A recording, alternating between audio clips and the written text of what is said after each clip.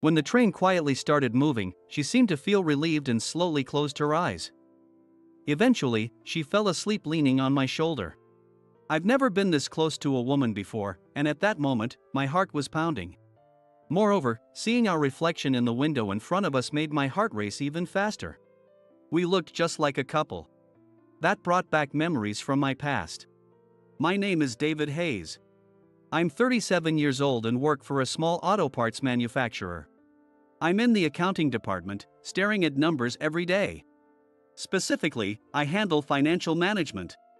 This includes issuing invoices to customers, processing expense payments, calculating employee salaries, managing sales, and preparing financial reports.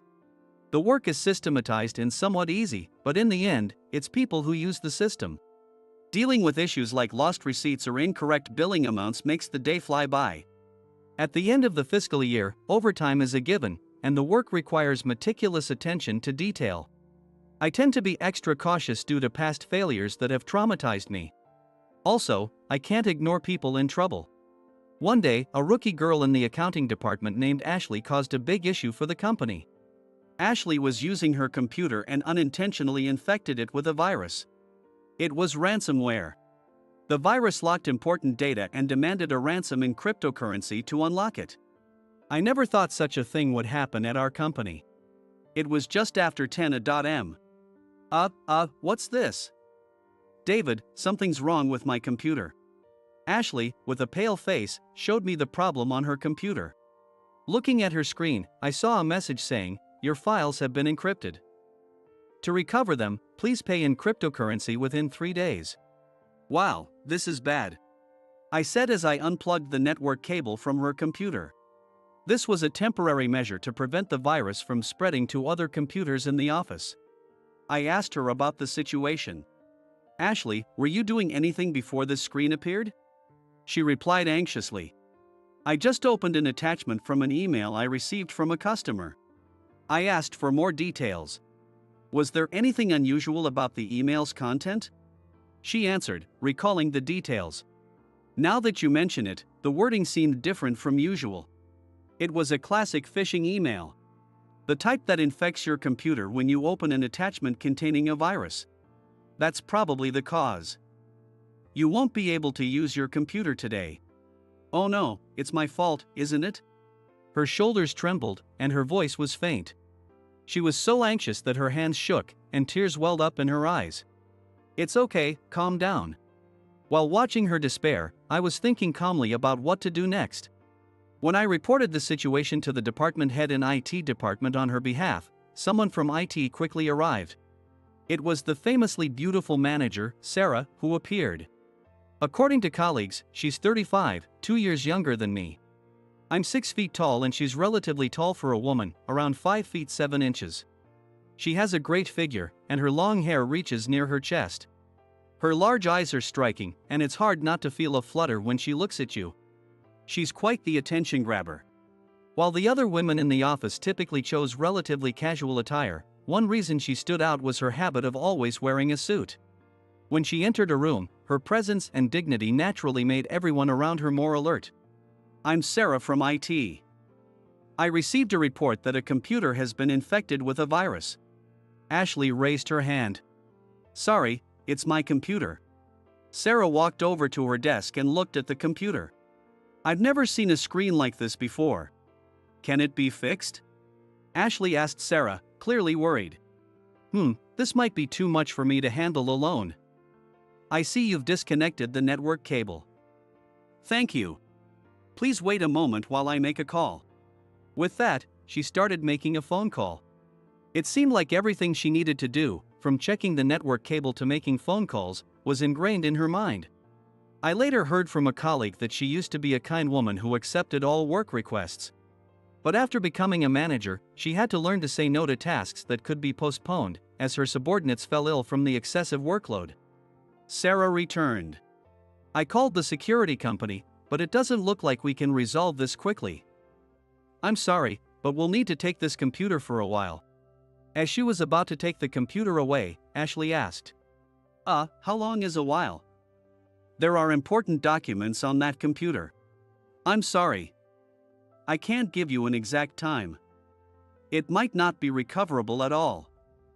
I'll bring you a replacement computer later. Some of the documents on Ashley's computer were ones only she had. It would be a problem for me too if they became completely unusable. I decided to speak up. Could I take a look at that computer? Sarah stopped in her tracks at my sudden request. What do you mean? I used to work in cybersecurity. I might be able to help. Yes, I used to work as a cybersecurity specialist at a major IT company.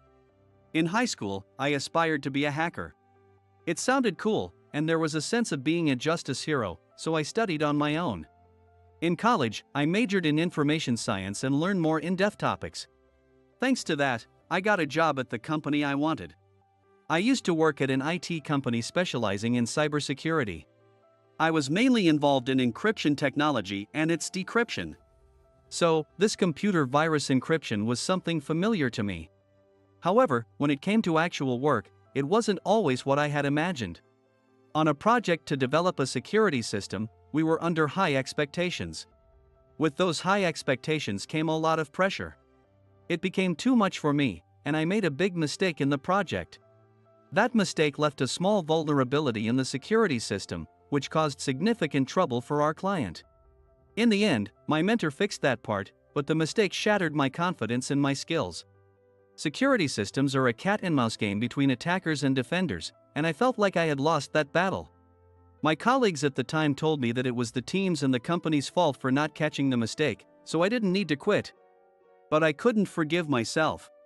So, I decided to switch to accounting, a completely different field.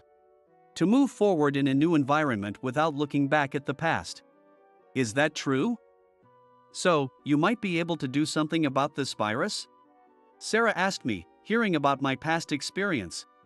I can't say for sure without looking closely, but there's a chance. At that moment, Ashley spoke up. David, you've never told us that before. I had no idea. I hadn't intended to hide it, but there simply hadn't been an opportunity to talk about it. Could you take a look at it then? The computer she was about to take away was handed to me. This isn't something I can do in just a few minutes, so I'll go get permission from the manager. I explained the situation to the manager. He had completely forgotten that I used to work for a cybersecurity company. My current accounting tasks were divided among other team members. Thanks, everyone. I got permission from the manager.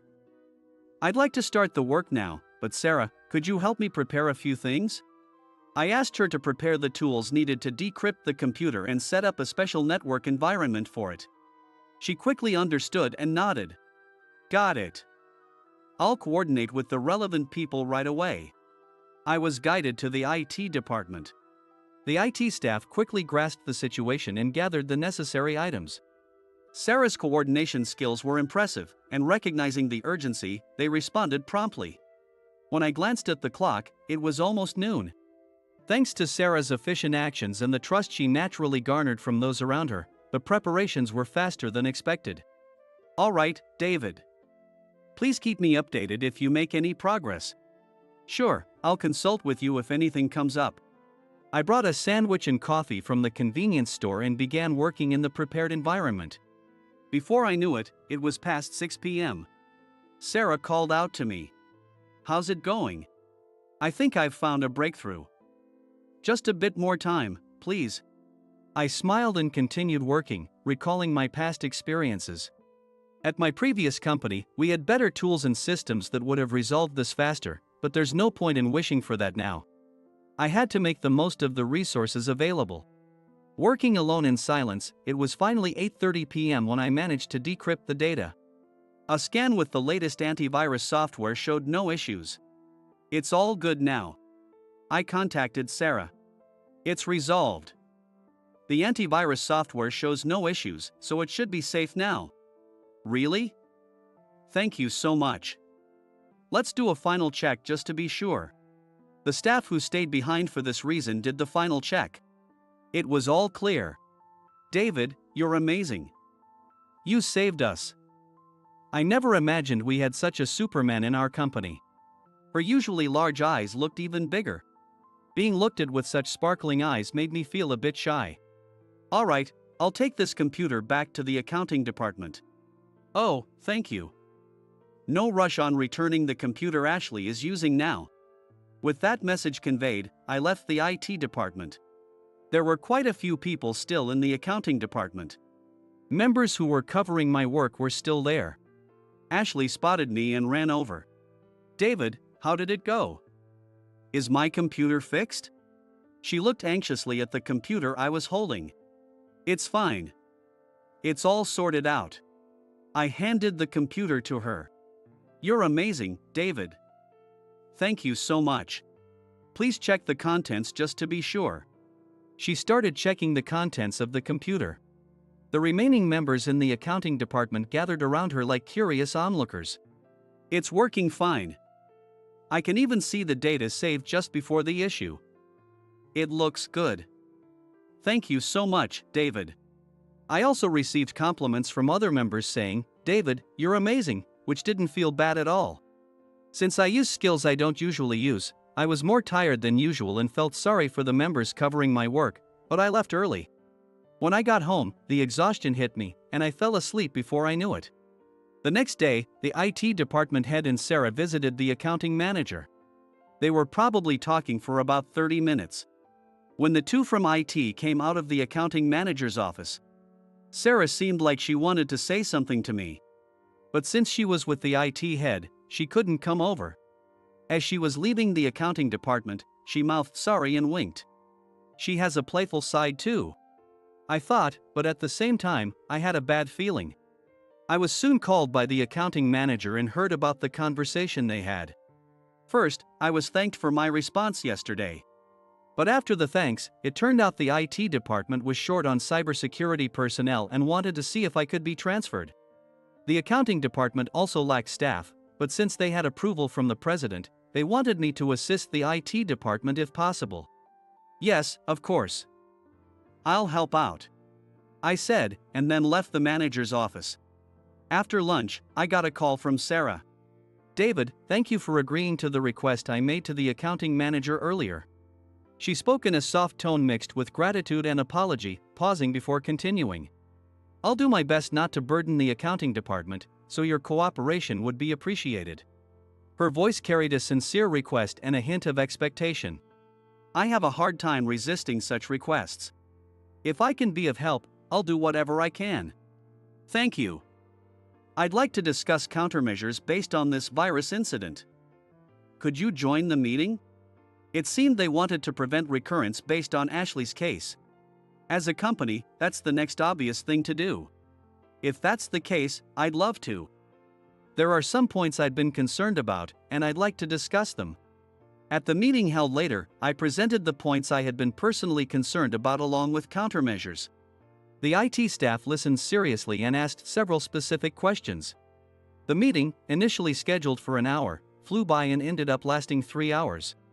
It was already 8 p.m. As the meeting ended and I was about to leave, Sarah called out to me. David, would you like to walk part of the way home together? I had no reason to refuse. Of course. Which direction are you headed? It turned out we took the same train part of the way. She asked me about things she couldn't confirm during the meeting and her personal anxieties. She seemed to be struggling with having to decline work she wanted to accept because of the volume of other tasks. Seeing her facing the pressure in a serious manner reminded me of my past self. Along with that, I realized I felt a growing fondness for her. I want to ease her burden, even just a little. Having someone like you to consult with is a big help for me and the team. Thank you for your continued support. Meetings became regular, held once a week. Today was another regular meeting with the IT department. Nearly 2 months had passed since the first meeting. The IT team had been working late into the night for the implementation of a new system. Personally, I thought today's meeting could be postponed, but the IT department insisted on holding it no matter what. In the end, the discussion heated up, and it finished at 8:30 p.m. It had become a routine to go home with Sarah after the regular meetings. Luckily, since it was later than usual, 2 seats were available on the train. I wanted her to rest a bit since she seemed tired. We had about an hour until her stop. Before I knew it, she was asleep next to me, breathing softly. She must have been really tired. At that moment, a memory flashed through my mind. Wait, this feels familiar. Back in high school, I was the president of the computer club. We had 3 seniors, 4 juniors, and 4 sophomores, a total of 11 members. Despite the nerdy reputation, there were 2 girls in the club, one in each of the junior and sophomore years. Both wore glasses. The sophomore girl was so serious that she earned the nickname Geek. Her neatly trimmed shoulder-length hair made her look like a perfect honor student. She was indeed a top student. The 2 girls were childhood friends. The junior girl joined the club with an interest in anime design and invited her sophomore friend to join because of their bond. Otherwise, it was rare for 2 girls to join the computer club. As the club president, I was coaching the underclassmen for an upcoming programming contest. We seniors would retire after this contest, because we should focus on college entrance exams. The sophomores were still lacking in skills but were eager to learn, making it worthwhile to teach them. Every day, before and after school, we checked their programs and pointed out improvements. At home, we would work on our own projects, constantly revising them. Everyone was exhausted, but we were driven by our goals. I had learned the same way from my seniors. In late July, just days before the contest submission deadline, the sophomore girl had a program she couldn't get to work. So I stayed to help her fix it. Around 7 p.m., we finally found the cause of the problem and celebrated together. We took the same train home. By chance, the train was empty, and we sat next to each other. Even though it was still hot outside, the air conditioning in the train was comfortable. As the train quietly started moving, she relaxed, closed her eyes, and eventually fell asleep on my shoulder. Having never been this close to a girl before, my heart was pounding. The feel of her soft hair on my shoulder and the sound of her gentle breathing. In the midst of all this, a soft scent of her shampoo wafted from her. It was a faintly sweet and clean fragrance. Seeing our reflection in the window in front of us made my heart race even more. Our reflected image looked like a couple. It was the first time I consciously saw Geek as a girl. The sound of the train slowly stopping at the next station woke her up. She slowly opened her eyes and saw my face right in front of her.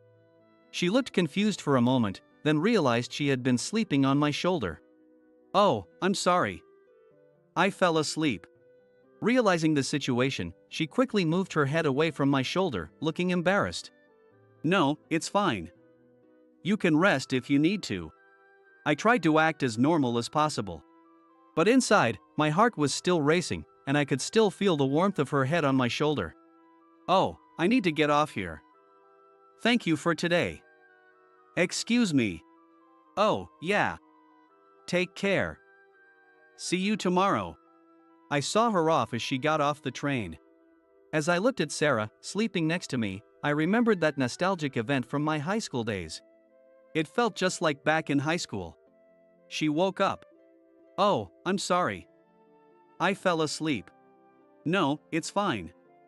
We still have some time, so you can keep sleeping. I'll wake you up when we get to your station." "No, I'm okay. I was just a bit tired." She sat up straighter. I decided to ask her something. This might sound strange, but did you by any chance go to Lakeside High School?" "Yes, I did." "Did I mention that before?" She looked puzzled. "I thought so." I couldn't help but smile. "What? What do you mean?" "Sorry, I didn't realize it sooner." "Sarah, it's me, David Smith, from the computer club." "What?" She stood up, surprised. "But your name is Johnson now?" "My parents divorced when I was in college, and I took my mother's name, so now it's Johnson." I sat her back down. In high school, I wore contact lenses and was a bit chubbier. I lost weight due to the hectic schedule at my last job and switched to glasses. "I guess it's no wonder you didn't recognize me." She still seemed confused. "But you wore glasses in high school, too, right? And with makeup now. I didn't recognize you at all." "Wow, really? It's hard to believe." Any trace of sleepiness had vanished from her face. We spent the rest of the trip reminiscing until her stop. This fateful encounter brought us much closer. I felt a sense of exhilaration. That weekend, we had a reunion with some high school computer club members. Everyone was surprised by my name and change in appearance. And that Sarah and I worked at the same company. A drunk friend teased us, "You two should just date already." While I wasn't entirely opposed to the idea, Sarah, a bit tipsy, responded, "Oh no, that would be a bother for him. He was amazing at the company the other day, defeating a computer virus. He's my hero." Amid the cheers, people asked for details about the virus incident. I was glad the topic shifted away from the embarrassing subject. On the train ride home, it was just the two of us heading in the same direction. "David, I had so much fun today." Sarah, holding onto the hand strap, was tipsy and struggling to keep her balance, occasionally bumping into me. "Sarah, I think you drank a bit too much." "I'm fine." She didn't seem very fine, so I quickly seated her when a seat became available and slid in next to her. Even seated, she kept laughing about the night's events. It was the first time I had seen her full, genuine smile since high school. Her smile was a stark contrast to her usual stern demeanor at work. It was amazing how different she could be. Suddenly, her face turned serious, and without looking at me, she started speaking. "David, back in high school, you helped me so much, and it inspired me to pursue this industry. I admired you then and wanted to be like you. So finding out that you were that same David was a huge shock. I was just as surprised. David, about what I said at the drinking party earlier, but what do you think of me?" My heart skipped a beat. "What do you mean?" I'm not a high school student anymore, I know what she's asking. But the feeling of my heart racing in these moments doesn't change with age. She was waiting for my answer. "I think you're cute." She looked at me. "Is that just as a junior?" I felt like I was being led into a trap. "No, as a woman." Her eyes lit up. "Really?" She was practically glowing like her high school self. "David, I've always..." I interrupted her. "Sarah." I looked into her big eyes and continued. "I know both your cuteness and your strength. And I want you to cherish both. I want to cherish them. I want to watch over you. That's how I feel." I took a deep breath and said the final words to her. "Sarah, I liked you in high school. And now, after meeting again, I like you even more. Will you go out with me?" Her eyes sparkled with surprise and happiness as she answered. "Really?" "Yes, I'd love to." Tears of joy rolled down her cheeks. My heart was still pounding. She wiped away her tears and smiled. She was in high spirits, talking about our date the next day. She had so many places she wanted to go. Before we knew it, we arrived at her station. "David, thank you for today. Tomorrow, let's meet at Union Station at 9. Don't be late. Good night." She waved energetically. And that's how we started dating. Of course, we kept our professional and personal lives separate. 6 months after our fateful reunion, we got married. It's been 2 years, and both our personal and professional lives are fulfilling. We are about to welcome our first child. In our home, we have the trophy that Sarah won at the programming contest in high school displayed. This is the story of how we became a couple.